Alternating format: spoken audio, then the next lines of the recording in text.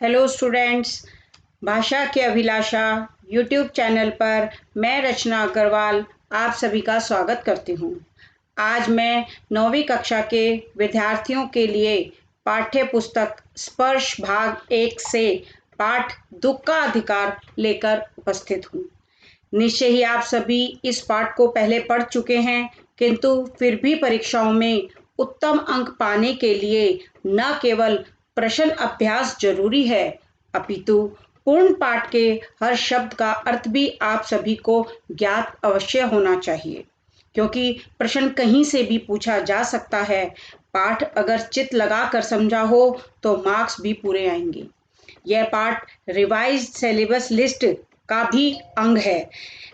जैसा कि आप सभी जानते हैं कि 7 जुलाई को आप लोगों के लिए 9वीं 10वीं 11वीं और 12वीं कक्षा के विद्यार्थियों के लिए रिवाइज सिलेबस की लिस्ट आउट हुई थी, जिसमें 30% आपका कोर्स रिड्यूस हुआ था। उसमें जैसे आपका इससे पहला चैप्टर था धूल, वो धूल जो चैप्टर है वो आपके पाठ्यक्रम से हटा दिया गया है, लेकिन दुख का अधिकार जो है स्पर्श भाग 1 में आज भी बरकरार है। तो यह आपके वार्षिक परीक्षाओं में या अर्धवार्षिक परीक्षाओं में दुख का अधिकार जो है वो आपके कोर्स में है, इसीलिए यह वाला चैप्टर लेकर मैं आप लोगों के लिए आई हूँ। चैप्टर को बड़े ध्यान से सुनिए, उसमें आने वाले कठिन शब्दों को भी बड़े ध्यान से सुनिए, तो आपको जब चैप्टर पूरा क्लियर होगा तो आपसे कहीं से भी कोई भी प्रश्न पूछा जाएगा, आपके पास लिखने के लिए उसका आंसर भी होगा। आइए पाठ आरंभ करते हैं। जैसा कि आप सभी जानते हैं, पाठ का नाम है दुख का अधिकार। दुख का अधिकार वैसे तो एक बड़ी ही व्यंग्यपूर्ण रचना है। व्यंग्यपूर्ण मतलब इसमें जब कहानी को पढ़ने के बाद आप सभी को पता भी होगा कि इसमें इस बात पर दुख प्रकट किया गया है कि गरीब लोगों के दुख को दुख नहीं समझा जाता। हमारे देश में कुछ ऐसे लोग हैं जिन्हें दुख मनाने का भी अधिकार नहीं है। वो केवल किस प्रकार से कि वो निम्न वर्ग के हैं या उच्च वर्ग के हैं, उस हिसाब से उनको अलग अलग श्रेणियों में बांटा गया है।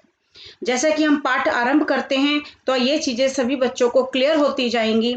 मनुष्य की पोशाकें उन्हें विभिन्न श्रेणियों में बांट देती हैं। श्रेणियां होती हैं को उनको अलग अलग पार्ट्स में, यानी कि ये उच्च वर्ग के लोग हैं, ये मध्यम वर्ग के लोग हैं, ये निम्न वर्ग के लोग हैं। श्रेणियों में बांट देना, उनको अलग अलग भागों में विभक्त कर देना। प्राय पोशाक ही समाज में मनुष्य का अधिकार और उसका दर्जा दर्जा होता है, स्थान निश्चित करती है। पोशाक जो हम कपड़ा पहनते हैं, हमने किस प्रकार का कपड़ा पहना है, वो पोशाक जो है, पहनावा जिसको आप कहते हैं, वह ही समाज में मनुष्य का अधिकार और उसका स्थान निश्चित करती है। वह हमारे लिए अनेक बंद दरवाजे खोल देती है। कितनी जगह पर आपने देखा होगा कि जहाँ पर हम ये सब चाहते हैं कि हम वहाँ पर जाकर कोई काम करवा नहीं सकते, लेकिन अचानक से वहाँ पर कोई आता है, कोई बंदा सूटेड बूटेड हो या उसकी ड्रेसिंग सेंस जिसको आप बोलते हैं वो अलग तरीके की होती है, तो वहाँ पर सब एक दूसरे को सलाम मारते हुए सभी लोग खड़े हो जाते हैं और अपना कार्य पूरी शिद्दत से भी करते हैं। परंतु कभी ऐसी भी परिस्थिति आ जाती है, ऐसी स्थिति भी आ जाती है कि हम जरा नीचे झुककर समाज की निचली श्रेणियों की अनुभूति को समझना चाहते हैं। कई बार होता है कि हर एक आदमी का, भले ही वह उच्च वर्ग का हो, लेकिन मन जो उसके अंदर होता है वह चाहता है कि समाज में जो निम्न वर्ग के जो लोग हैं, निम्न श्रेणी में जो आते हैं, वर्ग में आते हैं, उनकी अनुभूति, उनकी दुख को, उनकी संवेदना को, उनके दर्द को समझना चाहिए। उस समय ये पोशाक जो है, जो हमारा पहनावा जो है, बंधन, रुकावट और सबसे बड़ी अड़चन बन जाती है। जैसे वायु की लहरें कटी हुई पतंग को सहसा भूमि पर नहीं गिर जाने देती।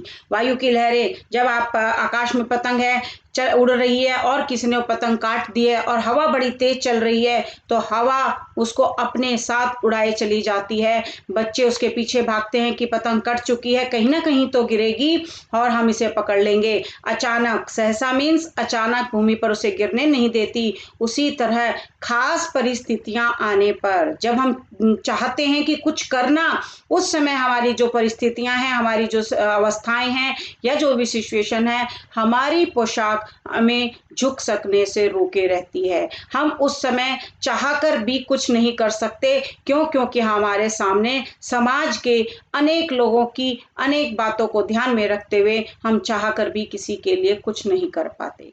इसी प्रकार बाजार में फुटपाथ पर, फुटपाथ क्या होता है? अगर आपने सड़क पर चलते हैं तो दोनों साइड जो रोड पर एक पाथ बना हुआ होता है, वो थोड़ा सा प्लेटफॉर्म जैसे सा वो होता है, फुटपाथ पैदल चलने वालों के लिए होता है। बाजार में फुटपाथ पर कुछ खरबूजे डलिया, डलिया मतलब टोकरी में, और कुछ जमीन पर बिक्री के लिए, बिक्री मतलब बेचने के लिए रखे जान पड़ते थे।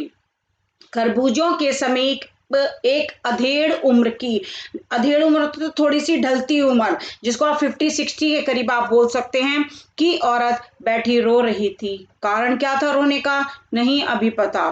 खरबूजे बिक्री के लिए थे, परंतु उन्हें खरीदने के लिए कोई कैसे आगे बढ़ता? खरबूजे वो बेचने के लिए आई थी, परंतु उन्हें खरीदने के लिए कोई आगे कैसे बढ़ता? ये प्रश्न आपके सामने है। खरबूजों को बेचने वाली तो कपड़े से मुंह छिपाए, सर को घुटनों में रखे, सर को घुटनों में रखे फफक फफक कर रो रही थी। मतलब बड़े आंसुओं के साथ। देखो, आप पिक्चर में देखेंगे कि एक अधेड़ उम्र की औरत बैठी हुई है, उसकी डलिया में आगे खरबूजे रखे हुए हैं और वो रो रही है। फफक फफक कर रोना, मतलब बड़ी तेजी से, बड़े दुख के साथ वह अपना दुख प्रकट कर रही थी। पड़ोस की दुकानों में, पड़ोस की जो आस पड़ोस की जितनी भी दुकानें थी, वहां पर, बाजार की बात ये आप कर रहे हैं इसमें, के तख्तों पर, तख्त होते हैं जिन पर आपने देखा होगा नॉर्मली कि शॉप्स के आगे कोई टेबल या इस टाइप का कोई बेंच वगैरह जिसको आप बोलते हैं, पर बैठे या बाजार में खड़े लोग घृणा से, मतलब बड़ी गंदी उससे उस स्त्री के बारे में, संबंध में, बारे में बातें कर रहे थे। लोगों को क्या है, जो समाज में लोग हैं, हमसे समाज बना है, ये सब जानते हुए भी, लेकिन लोग फिर भी इस बात को नहीं चूकते। वो न उस स्त्री के बारे में बातें कर रही थी। उस स्त्री का रोना देखकर, राइटर ये बता रहा है, जो लेखक है वो आपको बता रहे हैं, उस स्त्री का रोना देखकर मन में एक व्यथा सी उठी। व्यथा मतलब पीड़ा, दुख सा उठा। पर उसके रोने का कारण जानने का उपाय क्या था? कैसे जान सकते थे उस उपाय को? फुटपाथ पर उसके समीप, मतलब पास बैठ सकने में मेरी पोशाक, जो मैंने कपड़े, जो मैंने पहना हुआ था, वही व्यवधान होता है, रुकावट बन खड़ी हो गई। कहते वो मेरे सामने बड़ी रुकावट बन करके आ गई कि मैं ऐसे कपड़े पहन करके फुटपाथ पर बैठ करके उस स्त्री के रोने का कारण नहीं पूछ सकता। क्यों? किससे डरकर? समाज से डरकर। एक आदमी ने घृणा से, बड़ी गंदी से एक तरफ थूकते हुए, कई बार कितने गंदा वो होता है कि हमने किसी के दुख को करके, कि अपने मन से जो जहर उगलना चाहते हैं उसको हम एक थूक के कारण इधर उधर थूकते हुए, उसने क्या कहा? क्या जमाना है। वो आदमी उस पर कटाक्ष करता है, उस पर बोलता है, जवान लड़के को मरे पूरा दिन नहीं बीता और ये बेहया, बेहया होता है बेशर्म, दुकान लगा करके बैठी है। देखिए क्या जमाना आ गया है। लोगों को, लोग क्या क्या बातें कर रहे हैं उस औरत के बारे में, उस स्त्री के बारे में जो बेचारी रोए जा रही है, उसके बारे में बातें कर रही हैं कि जवान बेटा क्या कर रहा है, लड़के को पूरा दिन मरे हुए बीता नहीं और ये बेहया दुकान लगा करके बैठी है। अब एक बंदे ने तो ये कहा, और दूसरा बंदा क्या कहता है? दूसरे साहब अपनी दाढ़ी खुजाते हुए, दूसरे साहब ने क्या कहा? खुजाते हुए कह रहे थे, अरे जैसी नियत, नियत होती है इरादा होता है, अल्लाह भी तो वैसी ही बरकत देता है। बरकत देना, अल्लाह मतलब भगवान कि जिसको मानते हैं नियत होता है, इरादा, अगर हमारा इरादा अच्छा होता है तो हमें वृद्धि भी उतनी ही होती है। तो दूसरा आदमी, एक आदमी ने कहा कि मतलब पूरा दिन बीता नहीं हुआ, बेहया दुकान लगाकर बैठ गई। और दूसरा व्यक्ति दाढ़ी खुजलाते हुए कहता है, अरे जैसी नियत मतलब इरादा होता है, अल्लाह भी तो वैसी ही बरकत, उतनी ही वृद्धि देता है। तो दो आदमियों ने अभी तक उसके ऊपर कटाक्ष किया। सामने के फुटपाथ पर खड़े एक आदमी ने दिया सलाई होती है मैच बॉक्स, माचिस की तिल्ली से कान को खुजाते हुए कहा, अरे इन लोगों को, किन लोगों को, इस स्त्री के टाइप के लोगों का, क्या ये कमीने लोग रोटी के टुकड़े पर जान दे देते हैं। कहते हैं इन्हें तो, वो इतने गंदे शब्द का इस्तेमाल करते हुए वो कहता है उस औरत के ऊपर कटाक्ष करते हुए कि ये लोग तो रोटी के टुकड़े पर जान दे देते हैं। इनके लिए बेटा बेटी, खसम, आदमी लुगाई, पति पत्नी, धर्म ईमान सब रोटी का टुकड़ा है। कहते हैं ये सब रिश्तों को ताक पर रख देते हैं, बराबर में रख के रोटी के टुकड़े के लिए ये कुछ भी कर सकते हैं। परचून की दुकान, परचून का होता है ग्रोसरी शॉप वाला, जिसके यहाँ दाल चावल मसाले वगैरह आपको मिलते हैं। पर बैठे लाला जी ने कहा, अरे भाई उनके लिए मरे जिए कोई मतलब नहीं। चौथा व्यक्ति क्या बात कर रहा है, अरे भाई उनके लिए मरे जिए इन लोगों की कोई परवाह नहीं, पर ये दूसरे के धर्म ईमान का तो ख्याल रखें। मतलब उनका अपना तो धर्म भ्रष्ट हुआ ही हुआ कि वो ऐसे समय में आकर के सामान बेच रहे हैं, लेकिन उन्हें दूसरे के धर्म का भी तो ध्यान रखना चाहिए कि उनका दूसरे का धर्म भ्रष्ट हो रहा है। जवान बेटे के मरने पर 13 दिन का सूतक होता है। सूतक शब्द क्या होता है? सूतक शब्द वो शब्द है जिसको जानना आप लोगों के लिए जरूरी है, क्योंकि इसमें आया है उसका मतलब, और ये पूछा भी जाता है कई बार प्रश्न में कि सूतक क्या है, पाठ के आधार पर बताइए। परिवार में किसी बच्चे के जन्म होने पर या किसी के मरने पर कुछ निश्चित समय तक घर में अपवित्रता मानी जाती है। जब तक घर में कोई शुद्धिकरण नहीं हो जाता तब तक वो 13 दिन या 10 दिन का जो सूतक होता है, बताया है किसी की मृत्यु होने पर 13 दिन का होता है, किसी के यहाँ बच्चा पैदा होता है तो वो जो समय जो होता है एक निश्चित समय होता है हर एक के घर में, तो वो उतने दिन का घर में उस समय को अपवित्र माना जाता है। उस समय में कोई भी इस प्रकार के कार्य नहीं किए जाते तो उसको सूतक कहा जाता है। सूतक होता है, कहते 13 दिन का सूतक होने पर हो गया होता है। और यहाँ सड़क पर बाजार में आकर खरबूजे बेचने बैठ गई। कितनी गलत बात है कि अभी बेटे को मरे एक रात भी नहीं बीती है, 1000 आदमी आते जाते हैं, कोई क्या जानता है कि इसके घर में, भाई किसी को दूसरे को क्या पता, जो यहाँ पर रोज रहने वाले हैं आने वाले हैं उनको पता होगा, भाई किसी से पता चल जाएगा, लेकिन इसके घर में सूतक है, किसको क्या पता, कोई इसके खरबूजे ले ले तो उसका ईमान धर्म कैसा रहेगा, मतलब उसका तो धर्म ही भ्रष्ट हो जाएगा। क्या अंधेर है, कितना गलत समय आ गया है। पास पड़ोस की दुकानों से पूछने पर पता लगा। अब लेखक ने आस पड़ोस की दुकानें में पूछा, भाई क्या बात हुई, उसको भी जानने की जिज्ञासा थी, तो उसने भी पूछा।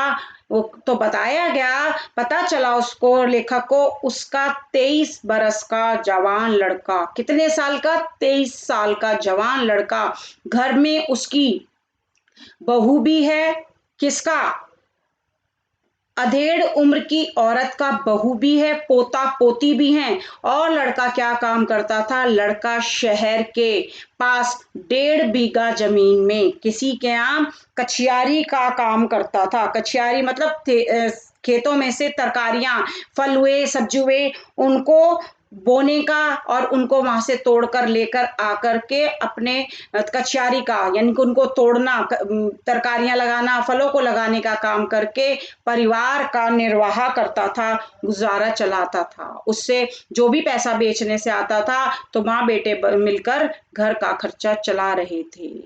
खरबूजों की डलिया बाजार में पहुंचाकर, कहते हैं राइटर बताता है कि खरबूजे की डलिया को जब वहां से खरबूजे तोड़ता था और बाजार में पहुंचाकर, कभी लड़का सौदे पर बैठ जाता, मतलब उस पे डलिया पे लेकर के बैठ जाता, और कभी माँ बैठ जाती, अर्थात माँ और बेटा दोनों ही घर का निर्वाह कर रहे थे। लड़का परसों सुबह मुंह अंधेरे होता है अर्ली मॉर्निंग, सुबह सुबह, अलस सुबह, जिसको भोर का समय कहते हैं। बेलों में से, आपको पता है खरबूजे हमेशा क्लाइंबर्स में होते हैं, बेल में लगे होते हैं। बेलों में से पक्के खरबूजे चुन रहा था, मतलब खरबूजे पक चुके थे, उनको बाजार में ले जाने की वो तैयारी थी, उनको चुन रहा था गीली मेंढ की तरावट में। गीली मेंढ, मेंढ क्या होती है? खेतों के चारों तरफ एक बाउंड्री वॉल बनाई जाती है मिट्टी की, उसी को बोलते हैं मेंढ की तरावट में। वहां पर गीलापन था, गीला पानी वानी दिया हुआ था खेतों में, और मेंढ की तरावट में विश्राम करते हुए, वो बेचारा थक गया था, वो वहीं पर गीली मिट्टी पर लेट गया विश्राम करते हुए। एक सांप पर लड़के का पैर पड़ गया। वहां पर जब ऐसे ही आराम करने लगा, उसके सांप पर उस लड़के का पैर पड़ गया। सांप ने लड़के को डंस लिया। अब जैसे ही सांप ने लड़के को डसा, कहते हैं लड़के की माँ, कौन? लड़के की माँ बुढ़िया, जो अधेड़ उम्र की औरत थी, बुढ़िया माँ बावली, पागल होकर ओझा, झाड़ फूंक होता है जो झाड़ फूंक आपने देखा हो, तंत्र मंत्र से हु हा ही करते हैं, काले कपड़े पहनकर, वो सब ओझा, ओझा उसको बोला जाता है। ओझा को बुला लाई, झाड़ना फूकना हुआ। अब वो जो आया था उसने तो पैसा वैसा मांगा, अब उस समय कहाँ डॉक्टर, कोई भी नहीं, उन्हें ओझा को बुला लाई, झाड़ना फूकना हुआ। फिर नाग देवता की पूजा की, नागदेव मतलब सर्प की, सांप की पूजा की गई। पूजा के लिए दान दक्षिणा, घर में दिया जाने वाला, दान में दिया जाने वाला, दान दक्षिणा, जो भी उसने ओझा ने कहा भाई तुम ये दो ये दो, ये दान में दी जाने वाला जो धन होता है उसको दक्षिणा कहते हैं। तो इस प्रकार घर में जो कुछ भी क्या रखा था, आटा और अनाज था, दान दक्षिणा में उठ गया। जो थोड़ा बहुत गरीब थे बेचारे, उनके पास जो भी अनाज था, जो भी था, वो दान दक्षिणा में चला गया। माँ और बच्चे, लेकिन क्या हुआ, माँ अधेड़ उम्र की औरत, बुढ़िया माँ, बहू, बीवी और बच्चे भगवाना, लड़के का क्या नाम है, भगवाना, से लिपट लिपट कर रोए। पर भगवाना जो एक दफे मतलब एक बार जो चुप हुआ तो फिर ना बोला, अर्थात क्या हो गया था, उसकी मृत्यु हो चुकी थी, वो मर गया था। सर्प के विष से उसका सारा बदन काला पड़ गया था। कहते हैं वो जो झाड़ फूंक वाला आया था वो कुछ ना कर सका, और सांप का जो जहर था पूरे शरीर में फैलने के कारण उसका बदन काला पड़ गया।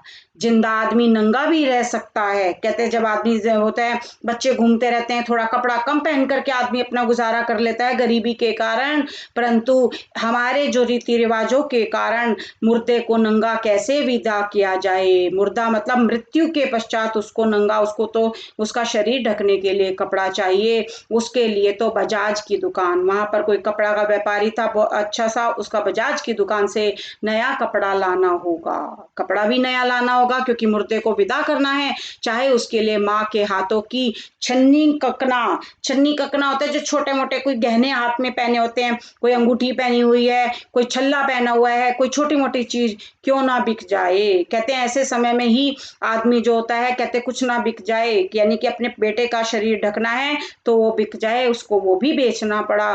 भगवाना परलोक चला गया। अब भगवाना तो परलोक चला गया।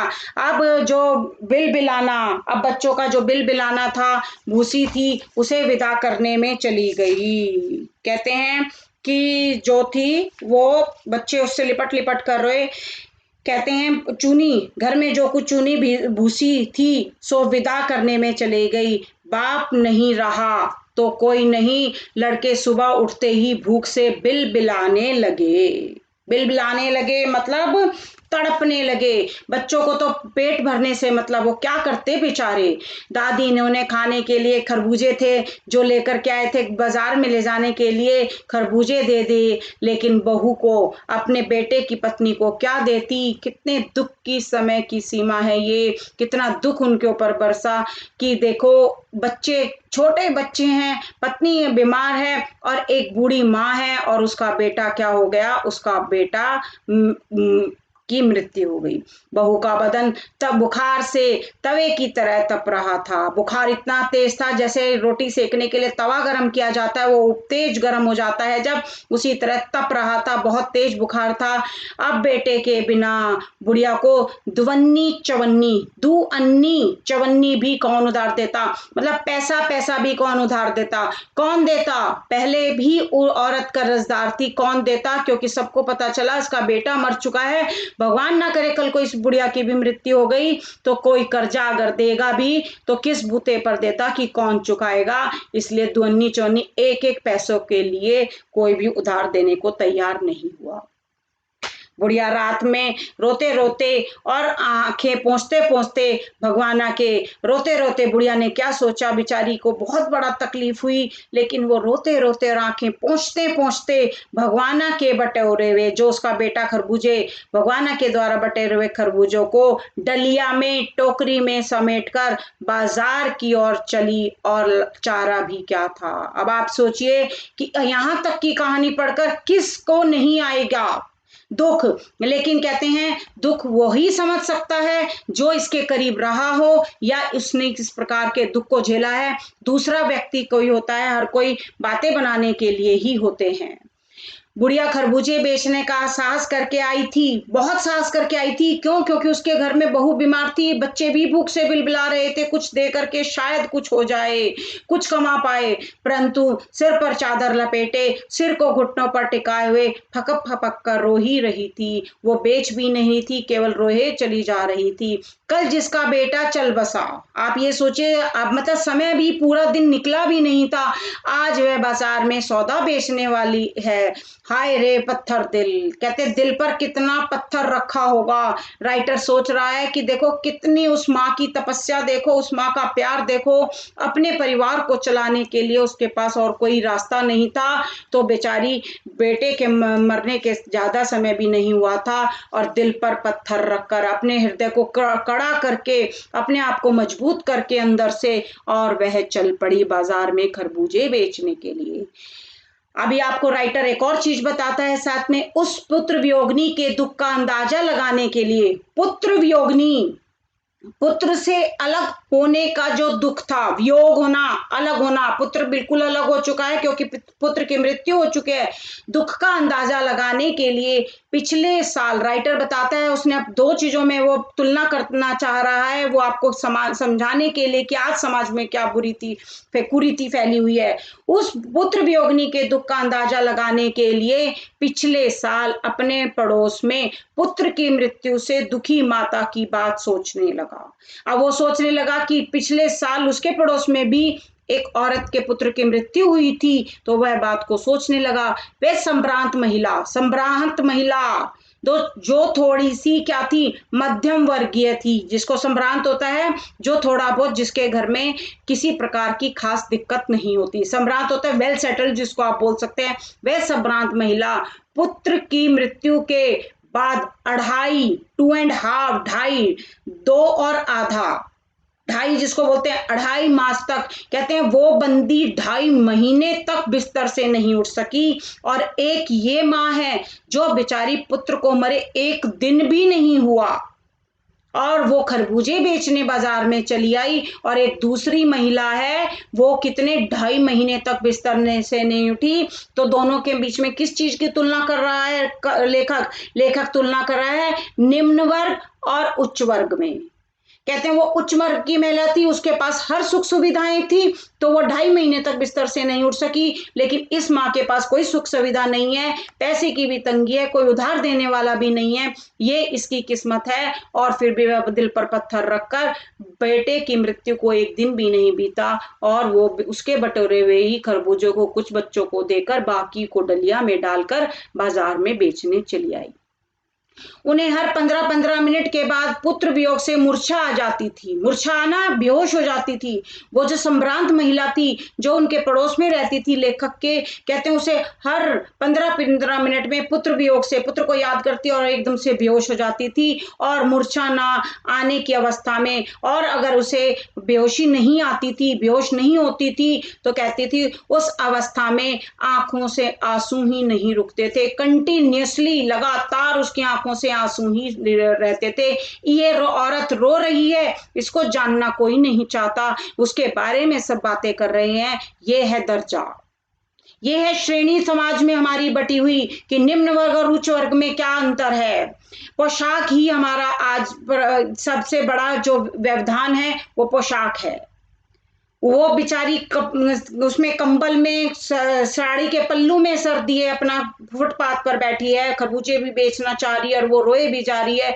एक औरत ऐसी है जिसके प्रकार हर प्रकार की सुख सुविधाएं हैं और वो उसके पुत्र वियोग में मूर्छा आती है, और अगर मूर्छा भी नहीं आती, बेहोशी भी नहीं आती, तो उसकी आंखों से आंसू ही नहीं रहते। और देखिए, दो दो डॉक्टर हरदम सिराने बैठे रहते हैं। वो इतनी सामर्थ्य है उसके पास कि वह 2 डॉक्टर रख सकती है। यहाँ इसके पास इतना भी सामर्थ्य नहीं था कि वह एक डॉक्टर को भी बुला पाए। उसने खाली ओझा से ही काम चलाया और ओझा के बस में बात नहीं रही तो वो जहर फैलने के कारण उसके पुत्र की मृत्यु हो गई।